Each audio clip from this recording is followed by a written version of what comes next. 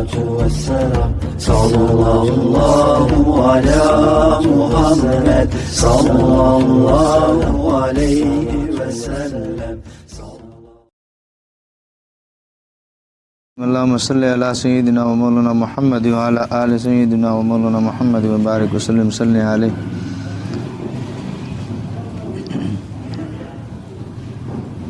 حضرت شیخ و تفسیر امام الاولیاء حضرت مولانا احمد علی لاہوری سے رحمۃ اللہ علیہ کے مواعظات کا سلسلہ جاری ہے. الحمدللہ و شکر للہ. یہ واعظ مبارک جاری ہے جو ہوا 13 صفر 1376 ہجری بمطابق 20 ستمبر 1956 عیسوی کو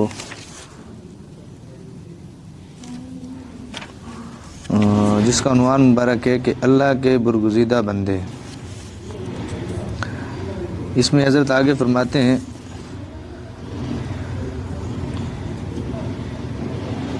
حضرات صحابہ کرام رضوان تعالیٰ علیہم اجمعین حضور صلی اللہ علیہ وسلم کی صحبت میں پہنچے اور ان کے ہر ذرہ وجود اور ہر قطرہ خون میں اللہ کی یاد پیوست ہو گئی. حضرت حنظلہ رضی اللہ عنہ ایک مخلص صحابی ہیں. ایک دن وہ یہ کہتے ہوئے جا رہے تھے نافقہ حنظلہ نافقہ حنظلہ، حنظلہ منافق ہو گیا، حنظلہ منافق ہو گیا. آگے سے حضرت صدیق اکبر رضی اللہ تعالی عنہ ملے. انہوں نے دریافت فرمایا کہ کیا ہوا؟ حنظلہ رضی اللہ تعالی عنہ نے کہا کہ جب میں حضور اقدس صلی اللہ علیہ وسلم کے پاس بیٹھتا ہوں تو ایسے معلوم ہوتا ہے کہ جنت اور دوزخ سامنے ہیں، لیکن جب آپ صلی اللہ علیہ وسلم سے دور ہٹ جاتا ہوں تو وہ رنگ نہیں رہتا، معلوم ہوتا ہے کہ اپنے اندر ایمان نہیں ہے. حضرت صدیق اکبر رضی اللہ تعالی عنہ نے فرمایا کہ میری بھی یہی حالت ہے. دونوں نے حضور صلی اللہ علیہ وسلم کی خدمت میں حاضر ہو کر سارا واقعہ عرض کیا. آپ صلی اللہ علیہ وسلم نے فرمایا کہ یہ ٹھیک ہے، میرے ہاں جو حالت تمہاری ہوتی ہے وہ بعد میں قائم نہیں رہ سکتی. اس سے آگے بھی حدیث مبارکہ کے الفاظ ہیں نا، اللہ پاک کمی بیشی معاف فرمائے کہ جس طرح میرے پاس تمہاری حالت ہوتی ہے، گھر میں بھی اگر تمہاری حالت اسی طرح برقرار رہے، مفہوم ہے، تو پھر تو فرشتے اتر کر اپنا آپ ظاہر کر کے گلیوں میں تم سے مصافحہ کریں گے. اسی طرح ہے نا. یہ باتیں نہ کالجوں میں اور نہ دفتروں میں سنائی جاتی ہیں، یہ تو اللہ کے دروازے پر آنے ہی سے کانوں میں پڑتی ہیں. آپ کو یاد ہوگا کہ میں ہمیشہ کہا کرتا ہوں کہ اولیاء اللہ کے جوتوں کے تلوے کی خاک میں سے وہ موتی ملتے ہیں جو بادشاہوں کے تاجوں میں نہیں ہوتے. ان میں سے ایک یہ ہے کہ ماں سوا اللہ سے دل نکل جاتا ہے. سب طمع کے یار ہیں، بیوی طمع کی یار ہے، میاں طمع کا یار ہے. میں عورتوں سے کہا کرتا ہوں کہ خاوند اس بیوی سے خوش ہوتا ہے جو بچے بھی جن کر دے اور دھوبن کا کام بھی کرے، بھنگن اور باورچی بھی ہو. اگر بیوی سے اولاد پیدا نہ ہو تو مرد کہہ دیتے ہیں کہ خچر باندھ رکھی ہے. یہی حال بیوی کا ہے. مرد جو کما کر لائے اس کی جھولی میں ڈال دے تو خوش. اگر مرد کہہ دے کہ تمہارے پاس گھر کے خرچ کے لیے کافی پیسے ہیں، اس مہینہ میں ساری تنخواہ اللہ کے راستے میں خرچ کروں گا، تو پھر بیوی روٹھ جائے گی. آسمان پر ایک اللہ تعالیٰ بے طمع کا یار ہے. ہم نے اس کو کچھ نہیں دیا، وہ ہمیں بے شمار نعمتیں مفت دیتا ہے. یا پھر زمین پر بے طمع کے یار سید المرسلین علیہ الصلاۃ والسلام ہیں. جب تک ایک بھی کلمہ گو جہنم میں ہوگا اپنے مقام محمود پر چین سے تشریف فرما نہ ہوں گے. ان کے بعد پھر اللہ والے بے طمع کے یار ہیں. وہ یہ چاہتے ہیں کہ ہر کلمہ گو ایسا بن جائے کہ اس کو دیکھنے سے اللہ یاد آئے. عام شارحین حدیث یہ کہتے ہیں کہ ان کے حال چال کو دیکھا جائے تو اللہ یاد آئے. میں ذرا اس سے آگے بڑھ کر کہتا ہوں کہ لوگ ہمیں دیکھ کر یہ کہیں کہ فلاں شخص خدا واسطے پڑھاتا ہے، لیتا کچھ بھی نہیں، حالانکہ ان کے بیوی بچے بھی ہیں، دین محمدی صلی اللہ علیہ وسلم کے حامل بھی اور ناشراب بھی موجود ہیں، کہ حامل بھی اور ناشر اب بھی موجود ہیں، کہ حامل بھی اور ناشر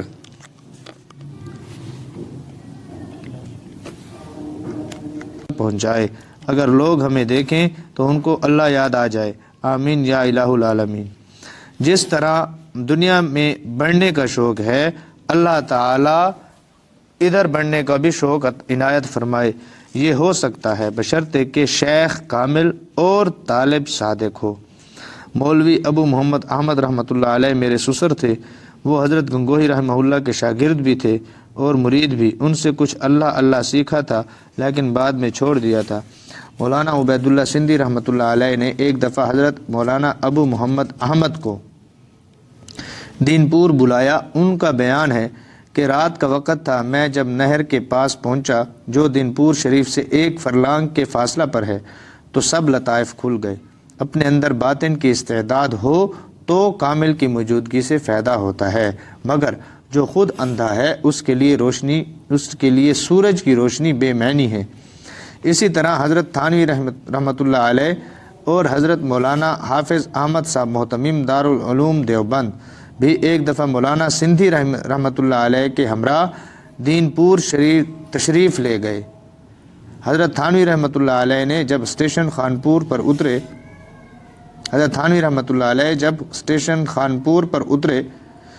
جو دین پور شریف سے تقریباً 1.25 میل ہے، تو ادھر ادھر دیکھیں، خوشبو آئے مگر کچھ نظر نہ آئے۔ حضرت خلیفہ غلام محمد دین پوری رحمۃ اللہ علیہ سڑک پر ان کے استقبال کے لیے تشریف لے گئے تھے۔ حضرت تھانوی رحمۃ اللہ علیہ گھوڑے پر سوار تھے۔ حضرت دین پوری رحمۃ اللہ علیہ کو دیکھ کر فرمایا، ارے عبید اللہ، تم نے مجھے مار ڈالا، پہلے کیوں نہ بتلایا کہ میں پیدل چل پڑتا۔ باطن کی بینائی ہو تو پتہ چلتا ہے کہ کوٹھی میں جو اینٹیں لگی ہیں وہ حلال کی ہیں یا حرام کی۔ بہت ساری چیزیں بظاہر حلال اور اندر میں حرام ہوتی ہیں۔ لاہور کا گوشت اور دودھ اکثر حرام کا ہوتا ہے۔ بعض کسائی ایک دوسرے کا جانور چرا لیتے ہیں، اس لیے ان کا گوشت حقیقت میں حلال نہیں ہوتا۔ گوجروں کے ہاں گائے اور بھینس کے بچے بلک بلک کر مر جاتے ہیں، اس طرح بچوں پر ظلم کر کے حاصل شدہ دودھ حقیقت میں حلال نہیں ہوتا۔ لاہور میں بعض اوقات نمک بھی حرام کا ہوتا ہے۔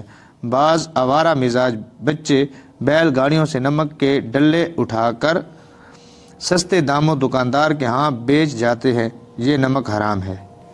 کیا ہمارے حکام اور وزراء کو حلال حرام کی تمیز ہے؟ اگر ہوتی تو پارٹیاں کیوں کھاتے؟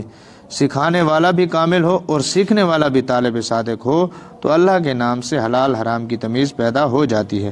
آپ حرام بھی نہ چھوڑیں اور پھر یہ چاہیں کہ ادھر کا رنگ بھی چڑھ جائے، یہ کیسے ہو سکتا ہے؟ حرام کھانے سے اول تو عبادت کی توفیق سلب ہو جاتی ہے، اگر عبادت کرے گا بھی تو قبول نہ ہوگی۔ کچھ دن ہوئے ایک عورت میرے پاس آئی، میں نے اس کو سریع التاثیر وظیفہ پڑھنے کے لیے بتلایا، لیکن لاہور کا دودھ، گوشت اور گھی چھڑوا دیا۔ اس نے 4 دن ہی پڑھا تھا کہ کام حسب منشاء ہو گیا۔ آپ حرام کھاتے ہیں اس لیے حلال و حرام کی تمیز نہیں ہوتی۔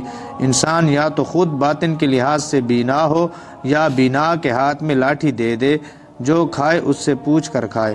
اللہ تعالیٰ مجھے اور آپ کو خیار عباد اللہ الذین اذا رأوا ذکر اللہ کی لائن پر چلائے، آمین یا الہ العالمین۔ یہ عبدالآباد تک کام آنے والی چیز ہے۔ وآخر دعوانا ان الحمد للہ رب العالمین۔ یہ حضرت مشہور واقعہ ہے حضرت حنظلہ رضی اللہ تعالیٰ عنہ، حضرت صدیق اکبر رضی اللہ تعالیٰ عنہ کا۔ اب اس سے یعنی کہ بعض اوقات سالکین کو یہ مغالطہ ہوتا ہے نا کہ وہ شیخ کے پاس بیٹھے تھے تو وہاں پر اس طرح ہوتا ہے، گھر میں جاتے ہیں تو یہ اس کا جواب پھر ادھر ہی پہنچ گیا، مل گیا کہ سرکار دو جہاں صلی اللہ علیہ وسلم نے حضرات صحابہ کرام رضی اللہ تعالیٰ علیہ مجمعین کو یہ فرما دیا صلی اللہ علیہ وسلم کہ میرے پاس جب تم بیٹھے ہوتے ہو تمہاری ہر وقت یہ حالت ایمانی کیفیت اور حلاوت ایمانی کی جو کیفیت ہے وہ گھر میں اسی طرح نہیں رہ سکتی، ٹھیک ہے نا؟ تو یہ ممکن نہیں ہے، سرکار صلی اللہ علیہ وسلم نے یہ فرما دیا نہیں رہ سکتی کا۔ تو ان میں سے ایک یہ ہے جو اللہ والوں کے یعنی کہ جوتوں کے تلووں کے نیچے جو حضرت فرماتے ہیں کہ موتی ملتے ہیں نا، ان میں سے ایک یہ ہے کہ ما سوا اللہ دل سے نکل جائے، یعنی کہ جو چیز بھی ہو وہ سب اللہ کے واسطے ہو، کسی کے ساتھ بھی ہو، بیوی کے ساتھ تعلق ہو، ٹھیک ہے نا، بیوی ہے تو عورت کی میاں کے ساتھ اس کا تعلق ہو، ٹھیک ہے نا۔ خامند اس بیوی سے خوش ہوتا ہے جو بچے بھی جن کر دے اور دھوبن کا کام بھی کرے، بھنگن اور باورچن بھی ہو۔ اگر بیوی سے اولاد پیدا نہ ہو تو مرد کہہ دیتے ہیں کہ خچر باندھ رکھیے۔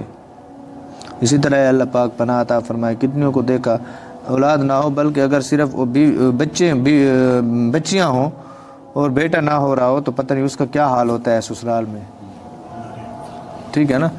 اور صرف بیٹے اور بیٹی نہ ہو تو پھر بھی برا حال ہوتا ہے، اللہ پناہ عطا فرمائے۔ بے اولاد ہو تو پھر بھی برا حال کرتے ہیں۔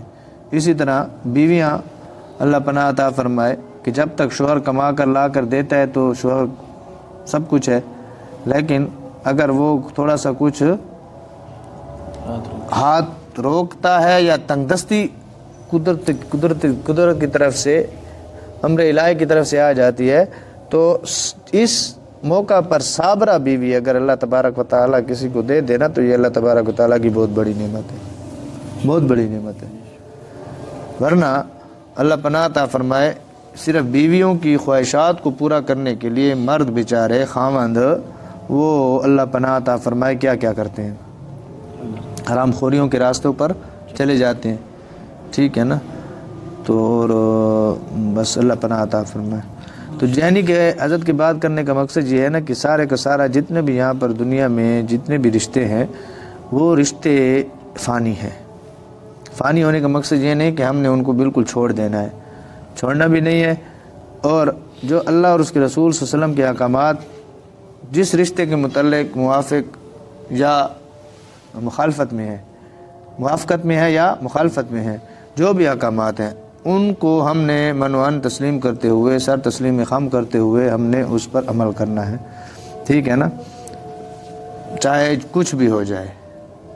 ہم نے اللہ اور اس کے رسول صلی اللہ علیہ وسلم کے راستے پر چلنا ہے اور عمل کرنا ہے۔ آگے حضرت فرماتے ہیں آسمان پر ایک اللہ تعالیٰ بے تما کا یار ہے، ہم نے اس کو کچھ نہیں دیا، وہ ہمیں بے شمار نعمتیں مفت دیتا ہے۔ اب لئن شکرتم لازیدنکم، حصول ولایت کے جو مختلف ذرائع، آسان ترین ذرائع میں سے ایک یہ ہے کہ شکر گزاری کرے بندہ۔ لئن شکرتم لازیدنکم، شکر گزاری کے لیے بہانے کیا؟ صبح اٹھے، آنکھ کھلی، آنکھ نظر ٹھیک ہے، ہاں بھئی حج سب کچھ ٹھیک ٹھاک نظر آ رہا ہے، اس پر الحمدللہ کہہ دیا، ٹھیک ہے۔ ہاتھ پاؤں صحیح سلامت ہیں، چال یعنی کہ صحیح آ رہی ہے، ہاتھ بھی ٹھیک ہے، پاؤں بھی ٹھیک ہیں، کان سن رہے ہیں، زبان بول سکتی ہے، ناک سونگھ سکتی ہے، جسم حرکت کر سکتا ہے، پاؤں ہل سکتے ہیں، تو اس پر شکر الحمدللہ، ٹھیک ہے۔ فریش ہونے کے لیے واش روم گئے، تقاضے کے لیے واش روم گئے، وہاں پر تقاضا بھی صحیح آیا، پیٹ میں کوئی تکلیف نہیں ہے، ٹھیک ہے نا، کچھ بھی تکلیف نہیں ہے، کوئی درد نہیں ہے، ٹھیک ہے نا، اس پر شکر الحمدللہ۔ باہر نکلے یعنی کہ بچوں کو دیکھا، بیوی کو دیکھا، سب ٹھیک ہیں، اللہ کے فضل سے سکون سے آرام کر رہے ہیں یا اٹھ پڑے ہیں، ٹھیک ہے، وضو کی صبح کی نماز کی تیاری کر رہے ہیں، یا جو بھی روٹین ہے، دیکھ لیا کہ عافیت ہے، خیر ہے، کوئی پریشانی نہیں ہے، ٹھیک ہے نا، شکر الحمدللہ۔ یا اللہ تیرا لاکھ لاکھ ارب ارب خرب خرب شکر ہے، الحمدللہ و شکر للہ، الحمدللہ و شکر للہ، ٹھیک ہے۔ یہ کلمات جاری رہیں زبان پر، یہ نعمتیں ہیں، ہمیں پتہ ہی نہیں چلتا۔ صبح اٹھے، نظر کام کرنا چھوڑ دے، پھر کیا کریں گے ہم؟ کئی دیکھتے ہیں، اللہ پناہ عطا فرمائے، خدا نخواستہ فالج ہو گیا ہاتھ کو، ایک سائڈ پوری کی پوری فارغ، صبح اٹھے اگر خدا نخواستہ اس طرح ہم اس حالت میں ہمیں اللہ اٹھائے، پھر یا اٹھتے ہوئے گر گئے، کچھ بھی ہو سکتا ہے، اللہ پناہ عطا فرمائے، ٹھیک ہے نا۔ یہ ایسی نعمتیں ہیں جو اللہ پناہ عطا فرمائے، وہ ہماری جو نفسانی نفس پرستی ہے اور دنیا پرستی ہے، ٹھیک ہے نا، اس کی وجہ سے ہمارے قلوب کے اوپر پردہ پڑا ہوا ہے، دماغ اور دل کے اوپر پردہ پڑا ہوا ہے، یہ چیزیں ہمیں نظر نہیں آتی۔ بن مانگے اللہ تبارک و تعالیٰ نے ہماری ضرورت کی چیزیں ہمیں مفت میں دی ہوئی ہیں، جو ہماری جن کے بغیر ہمارا چارہ ہی نہیں ہے، جن انعامات کے بغیر ہمارا چارہ ہی نہیں ہے، اللہ تبارک و تعالیٰ نے وہ ہمیں مفت عطا کی ہیں۔ شکر ادا کرنا چاہیے ہمیں، بیوی بچے سب خیر و عافیت کے ساتھ ہیں، شکر ادا کرنا۔ حدیث شریف میں آتا ہے اللہ پاک کمی بیشی معاف فرمائے کہ صبح جس طرح خیر عافیت کی کوئی دیکھے کرے، اٹھے اس کے گھر میں خیر عافیت ہے، کوئی بیمار نہیں ہے، اور صرف شام تک کا اس دن کا راشن اس کے گھر میں وہ موجود ہے، تو اس کو اللہ کا اس قدر خوشی کے ساتھ اور اس قدر دل کی گہرائی سے اللہ کا شکر ادا کرنا چاہیے کہ گویا اللہ نے دنیا کی ساری نعمتیں اکٹھی کر کے اس کی جھولی میں ڈال دی ہیں۔ اس کو اللہ کا اس طرح شکر ادا کرنا چاہیے۔ ہمارے گھروں میں کتنے سالوں سالوں کے راشن پڑے ہوتے ہیں، قسم قسم کے کھانے پڑے ہوتے ہیں، ٹھیک ہے، عافیت بھی ہوتی ہے، خیر بھی ہوتی ہے، پھر بھی کہتے ہیں بس گزارا تھی نہ پہ کہ کروں۔ سب سے بڑا ناشکری کا یہ لفظ ہے، سب سے بڑا ناشکری کا جو لفظ ہے نا وہ یہ ہے کہ بس جس سے گزارا تھی نہ پہ، یعنی کہ آپ راضی نہیں ہو اللہ کی رضا پہ، کھاتے بھی ہیں، پیتے بھی ہیں، پہنتے بھی ہیں، کھلاتے بھی ہیں، پہناتے بھی ہیں بچوں کو، سب کچھ کرتے ہیں، گھرداری بھی کرتے ہیں، رشتہ داری کو بھی نبھاتے ہیں، خوشی غمی ہر چیز کرتے ہیں، ٹھیک ہے، اس میں کرتے ہیں جو اللہ دے رہا ہے، پھر بھی کہتے ہیں ہاں جی بس گزارا ہو رہا ہے۔ سب سے بڑا ناشکرہ لفظ ہے یہ، اس سے اللہ کی پناہ مانگو، اس کو بالکل اپنی زبان سے دل و دماغ سے ان الفاظ کو نکال دو۔ جو پوچھے شکر الحمدللہ، چاہے آپ نے فاقہ میں کیوں نہ گزرے ہو، اکابر ہمارے تو اس طرح تھے، چاہے فاقہ میں کیوں نہیں۔ ایک اللہ والے کا واقعہ حضرت تھانوی سے رحمۃ اللہ علیہ نے لکھا کہ ان کے گھر میں فاقہ تھا، ان کے گھر کی خادمہ تھی، ان کے گھر میں کام کاج کے لیے آتی تھی، ٹھیک ہے، تو دوسرا یا تیسرا دن تھا، مسلسل فاقہ تھا، کھانے میں کا کچھ بھی نہیں تھا، تو ان کی بچی تھی چھوٹی، تو وہ باہر لے کر گئی کہ چلو اس کو میں بہلاؤں، بچی کو بھی فاقہ تھا، بچی نے بھی اس بچی نے بھی کچھ نہیں کھایا تھا، اتنی متوکل اللہ ہستی تھی وہ۔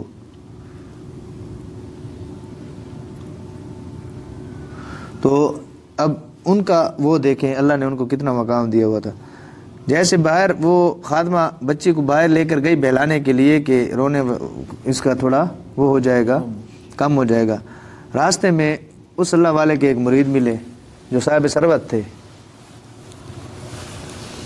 صاحب ثروت سے مراد کیا، ماشاءاللہ مالدار تھے، اور ہر دوسرے دن تیسرے دن حاضری بھی ہوتی تھی، اور گھر بھی اتنا دور نہیں تھا۔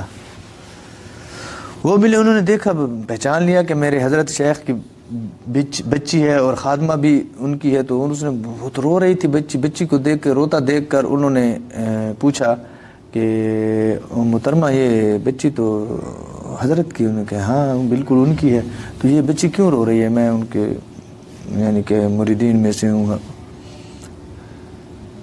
تو اس کی زبان سے نکل پڑا کہ آج تیسرا دن ہے، حضرت کے گھر میں فاقہ ہے، اور بچی بھی فاقہ سے ہے، اس بھوک کی وجہ سے یہ رو رہی ہے۔ تو اس کی پاؤں تلے زمین نکل گئی، وہ بھاگا اور اس نے راشن لیا، جو کچھ کیا سب کچھ لے کے حضرت کے گھر پہنچا دیا۔ اب بچی کو لے کر آ گئے، حضرت جیسے گھر آئے بچی چپ تھی، دیکھا حساب کتاب ہے، تو بیوی سے پوچھا کہ کس طرح؟ بیوی نے حال بتا دیا کہ بچی کو لے کر خادمہ جا رہی تھی، راستے میں فلاں آپ کے مرید ملے، اس نے حال دیکھا، پوچھا تو وہ ہدیہ کر گئی ہے۔ ان کا چلو ٹھیک ہے، وہ تو قبول، خادمہ کو چھٹی دے دی۔ جو خادمہ تھی نا گھر کی، اس کو چھٹی دی، انہوں نے کہا آج کے بعد آپ مہربانی کریں ہمارے گھر نہ آئیں، میرے گھر کی باتوں آپ باہر کیوں بتاتی ہیں؟ میرے گھر، یہ میرے اور میرے اللہ کا معاملہ تھا نا، بھوک سے مر جاتے، لیکن تم نے باہر بات کیوں کی ہے؟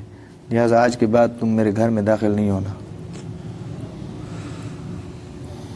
تو ان کو گھر سے فارغ کر دیا، رخصت کر دیا کہ جاؤ، چھٹی دے دی۔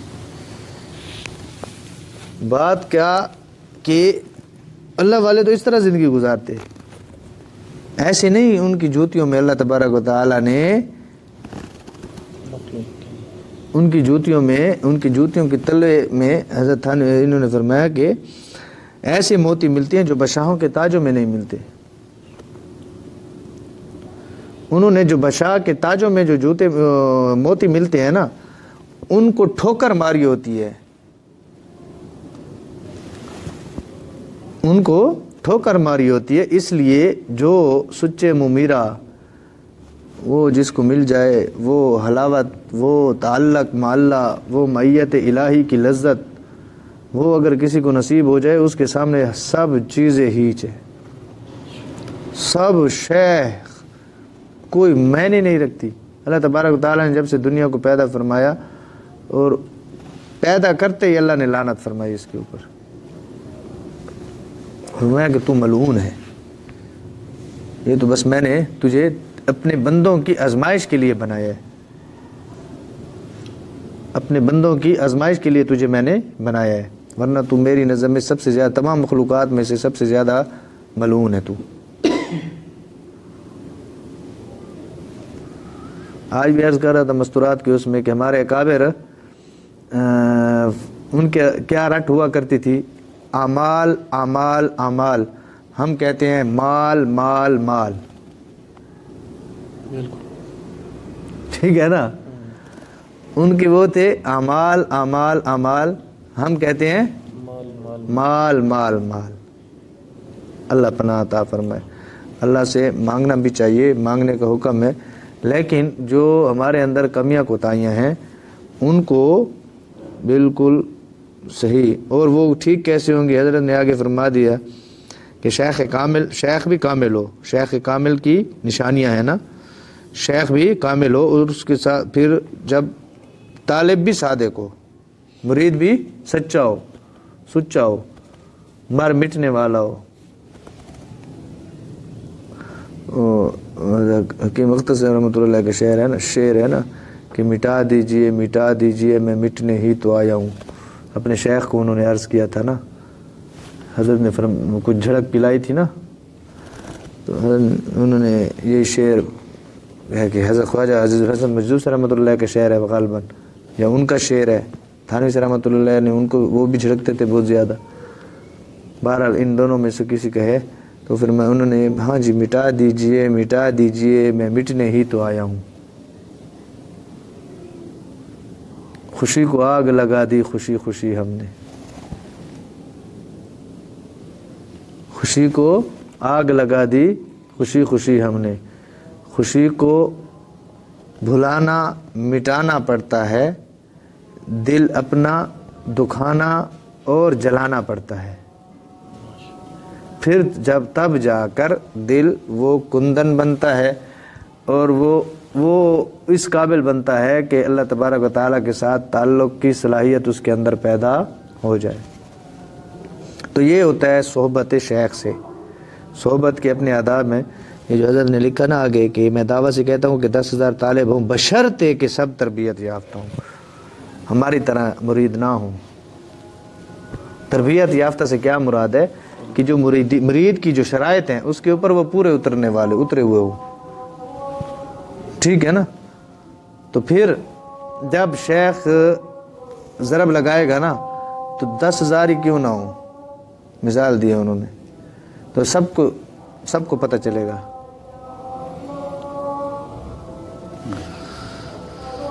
تو انہوں نے یہ آگے اور بھی فرمایا، یہ ہاں یہ واقعہ آ گیا حضرت تھانوی سے رحمۃ اللہ علیہ کا، یہ دوسری جگہ پر میں پڑھ رہا تھا، حضرت تھانوی صلی اللہ علیہ وسلم، تھانوی سے رحمۃ اللہ علیہ کو حضرت یہ صلی اللہ علیہ وسلم مولانا عبید اللہ سندھی سے رحمۃ اللہ علیہ، تھانوی سے رحمۃ اللہ علیہ کو، اور یہ جو ہے نا حافظ احمد صاحب رحمۃ اللہ علیہ، حضرت مولانا حافظ احمد صاحب رحمۃ اللہ علیہ، یہ حضرت مولانا قاسم نانوتوی سے رحمۃ اللہ علیہ کے فرزند ہیں۔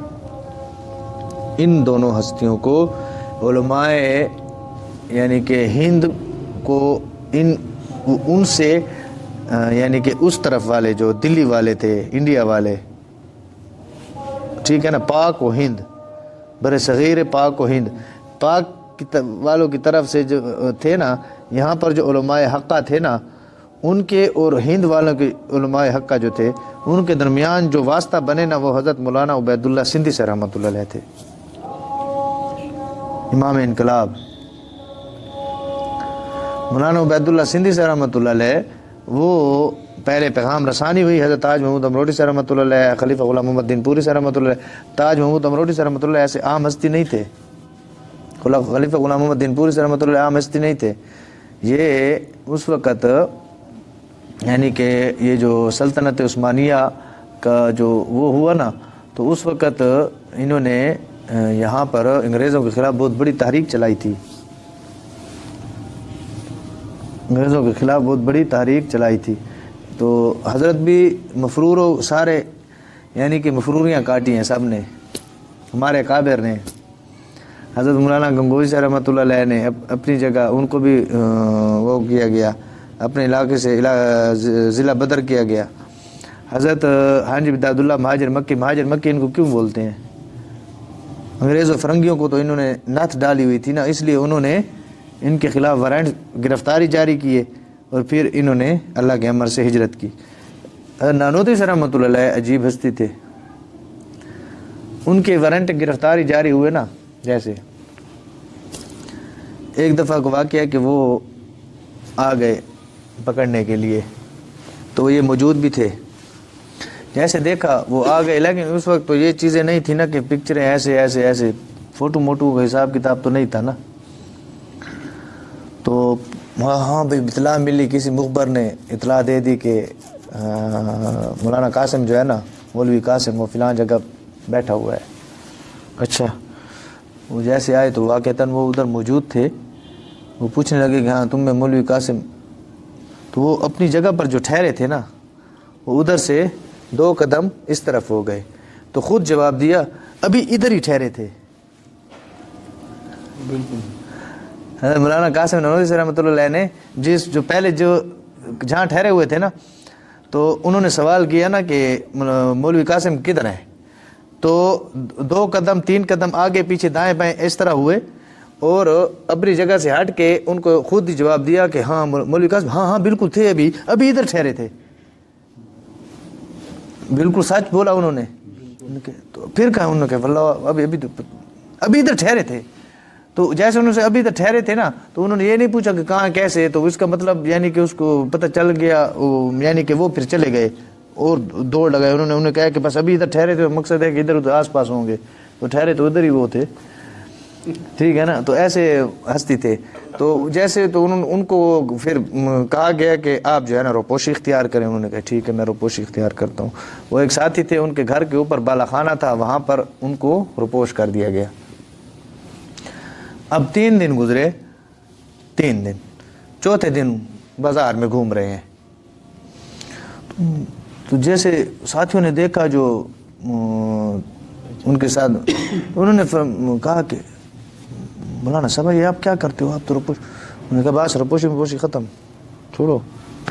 میں کہا کیوں؟ انہوں نے کہا 3 دن ثابت ہیں ہجرت کے، سرکار تو جہاں سے سلام صدیق اکبر رضی اللہ عنہ کے 3 دن اور 3 راتیں مسنون جو صحیح روپوشی ہے نا دین کی خاطر، وہ پوری سنت وہ میں نے پوری کر دیا، بس اب مجھے گرفتار کرتے چاہے جو کرتے وہ، بس میں نے سنت پوری کر دی، بس یہ سنت رہتی تھی، میں ایسے ان کے ڈر سے کوئی روپوش ہوا ہوں، میں نے تو سنت کو زندہ کی، سنت کو پورا کرنے کے لیے، اور وہ ہے 3 دن 3 رات، بس وہ میں نے پوری کر لی ہے، بس اب میں روپوش نہیں ہوتا۔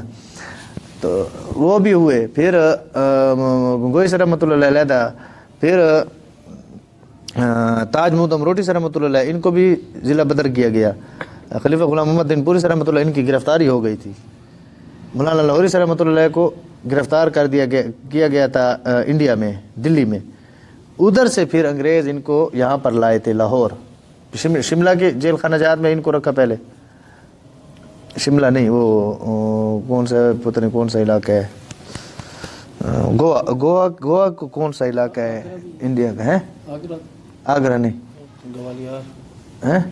آگرہ ہے، گوالیار، بہرحال اس طرح کوئی ہے نا، تو پھر ادھر سے لے کر نا ان کو حضرت کو لاہور لے کر آئے، تو لاہور جیسے لے کر آئے تو بس اللہ تبارک و تعالیٰ یہاں ان سے کام لینا تھا. پھر لاہور سے مولانا عبید اللہ سندھی سے رحمۃ اللہ علیہ ان کو خلیفہ غلام محمد دین پوری سے رحمۃ اللہ علیہ کے پاس پھر ان سے بیعت ہوئے. پھر اس کے بعد کچھ عرصے کے بعد پھر تاج محمود امروٹی سے رحمۃ اللہ علیہ، حضرت تاج محمود امروٹی سے رحمۃ اللہ علیہ، خلیفہ غلام محمد دین پوری سے رحمۃ اللہ علیہ، دونوں پیر بھائی ہیں، دونوں پیر بھائی ہیں اور دونوں مجاز ہیں حضرت حافظ محمد صدیق بھرچونڈی سے رحمۃ اللہ علیہ. یہ ان کے دونوں مجاز ہیں.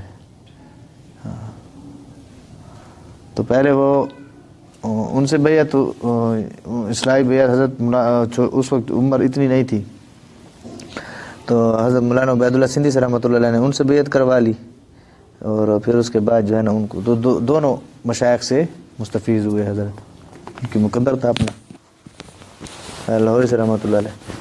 بات کیا عرض ہو رہی تھی کہ مشائخ ہاں تھانوی سے رحمۃ اللہ علیہ یعنی کہ بات یہ ہو رہی تھی حضرت مولانا سندھی سے رحمۃ اللہ علیہ ان یہاں کے اور وہاں کے علماء کے درمیان رابطہ واسطہ رہے. ٹھیک ہے نا، کنیکشن ان کی وجہ سے ہوا کیونکہ یہ بڑی عجیب و غریب بہت چست اور بہت یعنی کہ وہ تھے نا.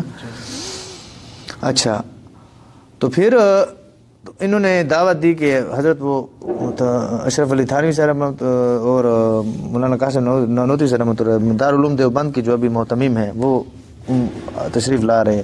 اچھا ان کو پتہ نہیں تھا، ان کو مولانا جو صحیح تفصیل ہے ادھر تفصیل نہیں ہے نا، تھانوی سے رحمۃ اللہ علیہ کو اور مولانا محمد احمد صاحب قاسمی رحمۃ اللہ علیہ نانوتوی سے رحمۃ اللہ علیہ کو جو نانوتوی سے رحمۃ اللہ علیہ کے فرزند ہیں ان کو یہ پتہ یہ حضرت نے نہیں بتایا. ان کی طبیعت بھی تھوڑی مذاق کی تھی. ایسے اشخاص کی طبیعت مذاق کی ہوتی ہے نا جو بہت زیادہ ماشاءاللہ وہ والے بھی ہوتے ہیں اور ان کو نہیں بتایا کہ وہ جن کی طرف میں آپ کو لے کر جا رہا ہوں نا وہ صرف عام عالم نہیں ہیں، وہ اور بہت بڑی ہستیاں ہیں. ان کو متعلق اس طرح نہیں انہوں نے کہا کہ ہاں وہاں کے جو علماء ہیں ان سے میں آپ کو ملواتا ہوں. ٹھیک ہے نا. تو وہ یہ پھر انہوں نے کہا اچھا ٹھیک ہے علماء ہوں گے. لیکن تھانوی سے رحمۃ اللہ علیہ عجیب ہستی تھے. یہاں پر صرف اسٹیشن کی بات ہے، اسٹیشن نہیں، جیسے ریل گاڑی خانپور کے داخل ہوئی علاقے میں تو ریل ہی میں حضرت کو خوشبو آئی. تو انہوں نے فرمایا کہ او عبید اللہ سندھی سے رحمۃ اللہ علیہ کو تھانوی سے رحمۃ اللہ نے فرمایا او عبید اللہ یہاں تو کسی اللہ والے کی یہاں سے خوشبو آ رہی ہے. ٹھیک ہے نا. تو پھر جو ہے نا مولانا سندھی سے رحمۃ اللہ نے فرمایا اچھا ہوگا کوئی دنیا بھری پڑی ہے اللہ والوں سے. ٹھیک ہے نا، گول مول کر دی بات کو. کچھ دیر تھوڑا سا اور آگے گئے نا پھر انہوں نے فرمایا عبید اللہ کسی اللہ والے کی خوشبو آ رہی ہے. انہوں نے فرمایا حضرت ہوں گے نا کوئی ہوں گے میں آپ کو کیا کہوں. اچھا خاموش ہو گئے. اسٹیشن پر اترے تو گھوڑی سب گھوڑے جو ہے نا وہ انہوں نے بھیجے ہوئے تھے پہلے حضرت خلیفہ غلام محمد دین پوری سے رحمۃ اللہ علیہ نے. ٹھیک ہے نا. تو وہ بھیجے ہوئے تھے پہلے یہ تین گھوڑیاں. تو یہ گھوڑی پر سوار ہوئے اور وہ جو تھے رہبر وہ بھی ساتھ تھے. 2-2.5 کلومیٹر کا فاصلہ تھا. پھر وہ شہر شروع ہو جاتا تھا جہاں پر ان کی رہائش تھی خانقاہ وغیرہ. تو دور سے تقریباً 1.5 فرلانگ کے فاصلے سے حضرت تھانوی سے رحمۃ اللہ علیہ کی نظر پڑی نا حضرت خلیفہ غلام محمد دین پوری سے رحمۃ اللہ علیہ پر. تو مکمل جو حکایت ہے وہاں پر یہ حضرت تھانوی سے رحمۃ اللہ علیہ نے گھوڑے سے چھلانگ لگائی. فوراً جیسے نظر پڑی نا فوراً چھلانگ لگائی. عبید اللہ تم نے تو مجھے مار ڈالا، تو نے پہلے کیوں نہیں بتایا کہ یہ اس پائے کے اللہ والے کے پاس تو ہمیں لے کے جا رہا ہے. پہلے سے میں کہہ رہا ہوں خوشبو آ رہی ہے بال. ان کے خاموش ہو گئے جان کو ان کے.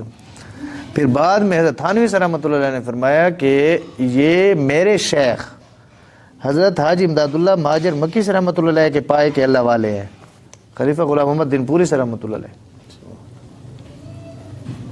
تو پھر ملے اور پھر جس طرح وہ تو یہ واقعہ وہ آگے ادھر ادھر دیکھے خوشبو آئے مگر کچھ نظر نہ آیا ہے. بہرحال باطن کی بنائی ہو تو پتہ چلتا ہے کہ کوٹھی میں جو اینٹیں لگی ہیں وہ حلال کی ہیں یا حرام کی. بہت ساری چیزیں بظاہر حلال اور اندر میں حرام ہوتی ہیں لاہور کا گوشت اور دودھ اکثر حرام کا ہوتا ہے. بعض قصائی ایک دوسرے کا جانور چرا لیتے ہیں، اس لیے ان کا گوشت کی حقیقت میں حلال نہیں ہوتا. بہرحال حضرت نے بہت زیادہ یعنی کہ گہرائی میں فرمائی. تو حضرت کی یہ ایک خاصہ تھا جو حضرت لاہوری سے رحمۃ اللہ علیہ کا تھا. حضرت ہمارے دادا پیر جی جمیل احمد سے رحمۃ اللہ علیہ کا بھی یہ خاصہ، اور بعض اللہ والوں کا یہ مشرب نہیں ہوتا. ہر کسی اللہ والے کا یہ مشرب نہیں ہوتا، یہ بھی آپ ذہن نشین کر لیں. ہمارے دادا پیر جی کے شیخ اول حضرت شاہ عبد القادر رائے پوری سے رحمۃ اللہ علیہ، جو ان کے ہمسر ہیں، حضرت احمد علی لاہوری سے رحمۃ اللہ علیہ سے عمر میں بھی بڑے. لاہوری سے رحمۃ اللہ علیہ ان کے سامنے بہت زیادہ باادب ہو کے بیٹھا کرتے تھے. حضرت شاہ عبد القادر رائے پوری سے رحمۃ اللہ علیہ کے سامنے، حضرت شاہ عبد القادر رائے پوری سے رحمۃ اللہ علیہ کے سامنے تذکرہ ہوا حضرت لاہوری سے رحمۃ اللہ علیہ کا کہ حضرت وہ تو بہت زیادہ احتیاط کرتے ہیں کھانے پینے کی چیزیں، ہدیہ لینے میں یا ان چیزوں میں، اور ہر چیز کو دیکھ کر پرکھتے ہیں، ادھر ادھر بھی دیکھتے ہیں، بہت زیادہ احتیاط کرتے ہیں. حضرت شاہ عبد القادر رائے پوری سے رحمۃ اللہ علیہ وہ مسکرائے، انہوں نے فرمایا احمد علی ہمارا بھائی ہے، اس نے ایسے خود کو مشکل میں ڈال دیا ہے کہ ہر چیز کو میں خود اپنے لیے چنوں گا. ہم نے اللہ سے مانگا ہی حلال ہے. ٹھیک ہے ہمیں حضرت جی حضرت خلیفہ سے رحمۃ اللہ علیہ ہمارے شیخ محترم نے جو حکایت سنائی نا کہ شاہ عبد القادر صاحب پوری رحمۃ اللہ علیہ نے جواب دیا کہ ہم نے اللہ سے مانگا ہی حلال ہے. حرام خور کے گھر یا اس کے ہاتھ سے بھی آئے گا نا تو اللہ کے فضل سے وہ حلال ہی لے کر آئے گا. ہم نے اللہ سے حلال مانگا ہے، ہمارے پاس پہنچے گا وہ حلال آئے گا، حرام نہیں آئے گا کہ ہم اس میں سے وہ کرتے بیٹھے کہ یہ حلال ہے یا یہ حرام ہے. ہمارے پاس اللہ حلال بھیجے گا. یہ انہوں نے پتہ نہیں ان کا اپنا مشرب ہے، ہمارے بھائی ہے وہ، اس نے خود کو ایسے مشکل میں ڈال دیا ہے کہ وہ ایسے وہ کرتا ہے ایسے وہ کرتا ہے. بات عرض کرنے کا کیا مقصد ہے کہ ہر اللہ والے کا اپنا مشرب ہوتا ہے. ٹھیک ہے نا. تو اسی طرح حضرت شاہ عبد القادر رائے پوری رحمۃ اللہ علیہ یہ بھی فرمایا کرتے تھے کہ کشفی اور غبی کیفیت والے سالکین ہوتے ہیں، اللہ والے بھی اسی طرح ہوتے ہیں. ٹھیک ہے نا. وہ کشفی والا بیچارہ جو ہے نا وہ کبھی ادھر ہوتا ہے کبھی ادھر ہوتا ہے، کبھی ایسے ہوتا ہے کبھی کیسے ہوتا ہے، کبھی وہ بہت ہی مشکل سے چلتا ہے، یعنی کہ اس کو بڑی رکاوٹیں آتی ہیں. ٹھیک ہے نا. مقصود اصلی کو پانے کے لیے، وہاں تک پہنچنے کے لیے. اور جو غبی کیفیت والے ہوتے ہیں نا وہ